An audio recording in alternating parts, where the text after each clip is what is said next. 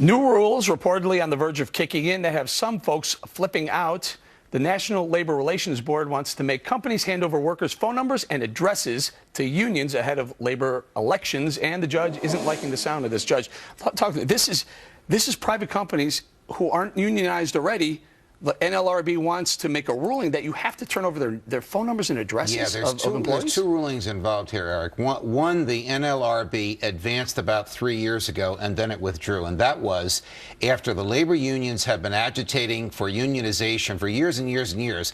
Once they request the union election, they get it within 10 days. Management has 10 days to undo the campaigning of what could be several years in advance. Combined with when the labor unions want to know everybody that works for a company, the NLRB is about to rule that management must give their names and their phone numbers. Now, and their addresses. Now, that is information that has been protected by the Fourth Amendment. The government cannot force anybody to give that away unless the person voluntarily says you can give my information out. So now let's talk about the NLRB board.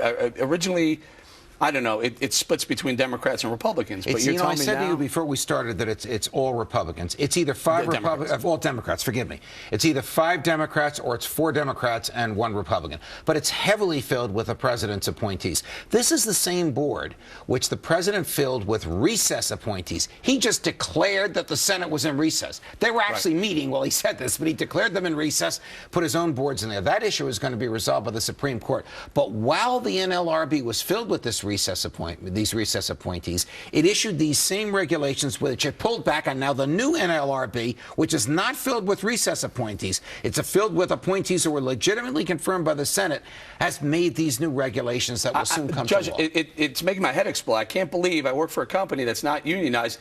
The unions might get my name, my address, and my phone number because the NLRB is requiring the company, not asking, requiring them Yes. to. Now, prediction, to give you a little peace of mind, the first federal judge to hear this will invalidate it because there are 2 Supreme Court opinions right on point about giving out private information. The government and the Nixon administration tried to get the contributors to the NAACP.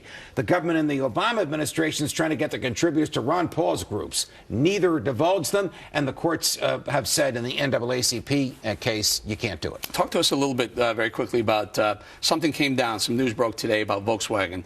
The unions withdrew their request to go after Volkswagen again. Is that right? Did you hear about this? Well, yeah. I mean, this is just the unions facing up to reality. This is the Chattanooga, Tennessee case where the unions lost a hotly contested, heavily debated effort to unionize that went on for a couple of years. I think they've realized that they're not going to get anywhere, so they finally gave up the ghost. This is one that they predicted they would win. They boasted they would win. The National Union predicted they would win. And after a fair and square election, they lost. Any question the NLRB is squarely in the has the union's interest squarely on their mind all the time? When FDR proposed this, he said it will moderate between unions and management. Guess what? Republican presidents make it management, Democratic presidents make it union. This is the most pro-union NLRB in the modern era. We're going to leave it right there, Judge. Thank you very much. You're welcome, Eric. We want to know what you think about this. Tweet us at Team Cavuto. Should companies give your phone number and your address to the unions?